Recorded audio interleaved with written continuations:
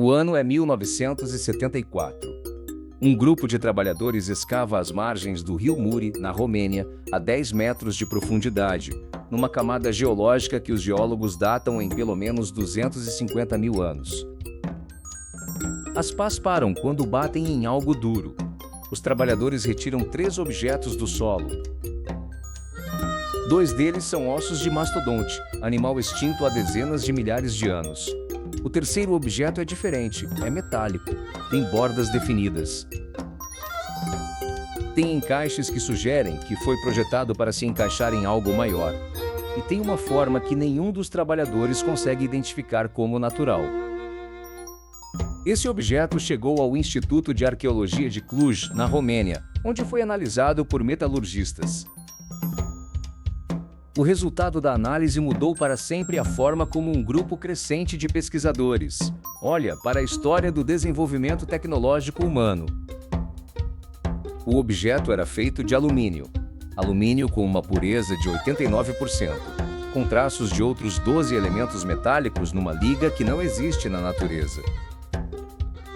Se você gosta de curiosidades que fazem você enxergar o mundo de um jeito diferente e não aceita qualquer explicação pronta, se inscreve no canal, porque hoje você vai entender algo que quase ninguém percebe. Vamos conectar os pontos entre metalurgia moderna, geologia e um objeto que desafia 250 mil anos de história humana conhecida. A questão central desse mistério não é apenas o que é o objeto, é o que ele exige para existir.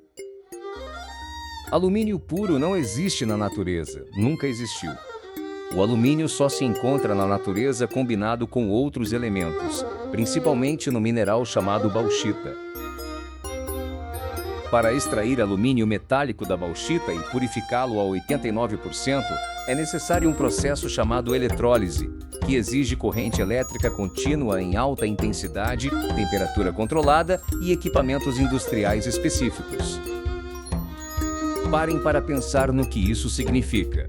O processo industrial de produção de alumínio foi desenvolvido de forma independente por 2 cientistas, o americano Charles Martin Hall e o francês Paul Héroult, em 1886. Antes de 1886, a humanidade não sabia produzir alumínio metálico em escala. Antes de 1886, o alumínio era mais raro e mais caro do que o ouro. Napoleão III reservava talheres de alumínio para seus convidados mais ilustres, enquanto os demais usavam ouro e prata. E um objeto de alumínio de alta pureza foi encontrado numa camada geológica de 250 mil anos. Aqui está a primeira peça do quebra-cabeça que ninguém consegue encaixar na versão oficial da história.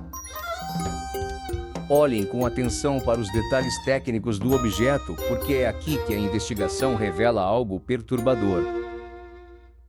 A cunha de Ayud, como o objeto ficou conhecido, tem 18 centímetros de comprimento e 2.300 gramas de peso. Sua forma lembra uma cabeça de machado, mas com características que não correspondem a nenhuma ferramenta conhecida de nenhuma cultura documentada. A parte inferior tem 2 orifícios circulares perfurados com precisão geométrica.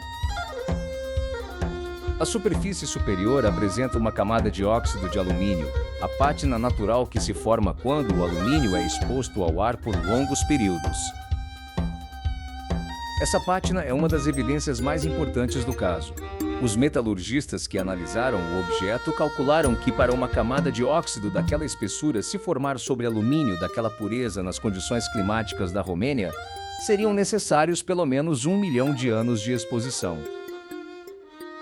Não 250 mil, 1 milhão. A segunda peça do quebra-cabeça é onde a investigação toma um rumo ainda mais intrigante. Em 1995, o pesquisador romeno Florian Gheorghita publicou uma análise comparativa da cunha de Ayud com peças de equipamentos aeronáuticos modernos. A conclusão do estudo, publicado na revista romena Manuscript, foi que a forma e os encaixes do objeto são compatíveis com um componente de pouso de aeronave, especificamente com o tipo de estrutura usada em trens de pouso de helicópteros ou aeronaves de decolagem vertical. Você pode estar pensando que isso é uma interpretação forçada, que qualquer objeto metálico de forma irregular pode ser comparado a algum equipamento moderno se você for criativo o suficiente. É uma objeção legítima. Mas quando olhamos o conjunto de evidências, a história muda de figura. Não é apenas a forma, é a forma mais o material, mais a pureza, mais a liga de 12 elementos, mais a localização geológica, mais a pátina de oxidação. A terceira peça do quebra-cabeça é onde a cunha de Ayud para de ser um caso isolado.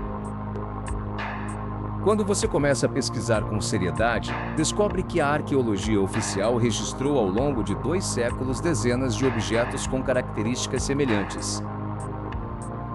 Objetos encontrados em formações geológicas que precedem qualquer civilização conhecida.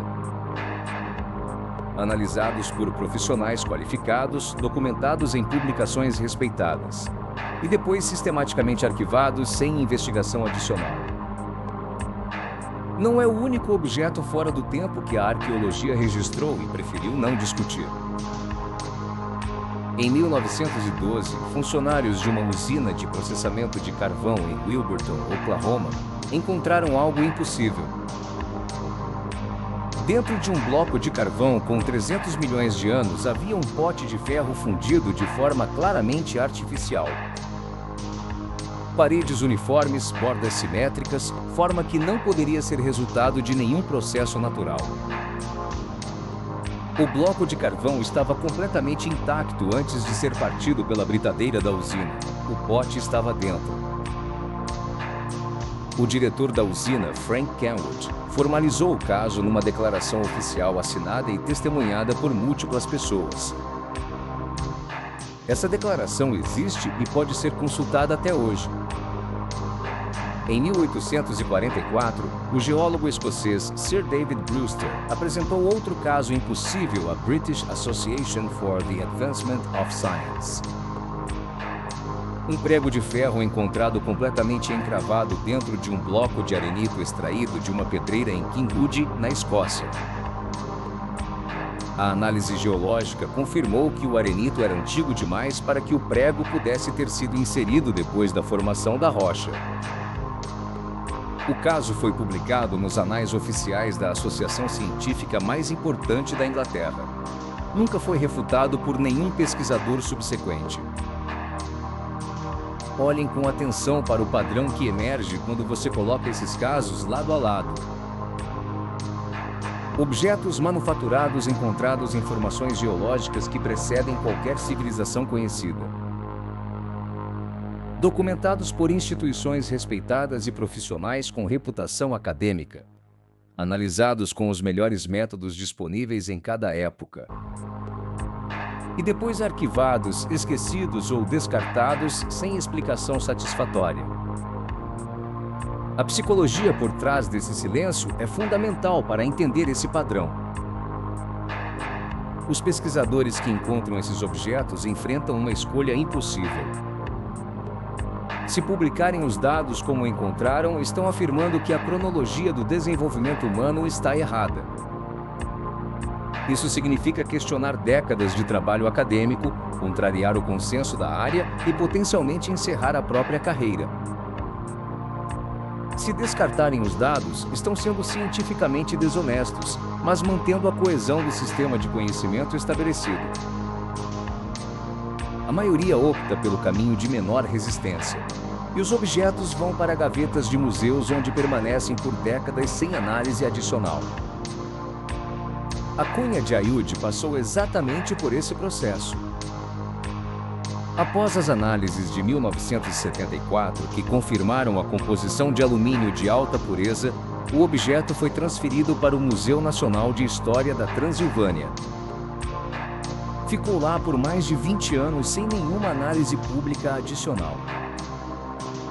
Foi apenas em 1995, depois de pressão de pesquisadores independentes, que o objeto foi retirado do arquivo.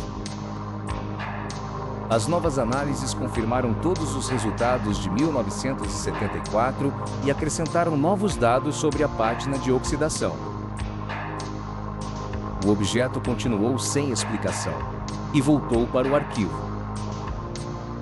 A conexão mais profunda estava bem diante de nós o tempo todo.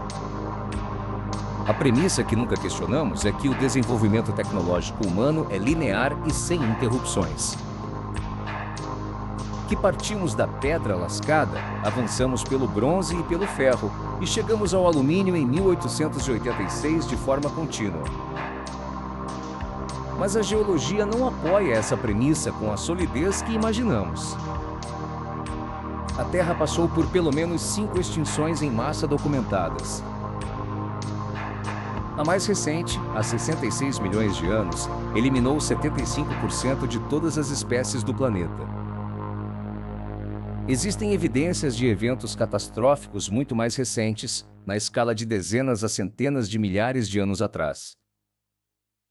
Eventos que poderiam ter interrompido o desenvolvimento de civilizações que ainda não deixaram registros suficientes. Se uma civilização com capacidade industrial existiu 250 mil anos atrás e foi eliminada por um evento catastrófico, o que restaria dela hoje? Não as estruturas de madeira, que se decompõem em décadas. Não os registros em papel ou argila, que desaparecem em milênios. O que restaria seriam objetos feitos de materiais excepcionalmente resistentes, enterrados profundamente o suficiente. Em outras palavras, restaria exatamente o tipo de coisa que os arqueólogos continuam encontrando e arquivando sem explicação. A ausência de evidências abundantes não é evidência de ausência de civilização.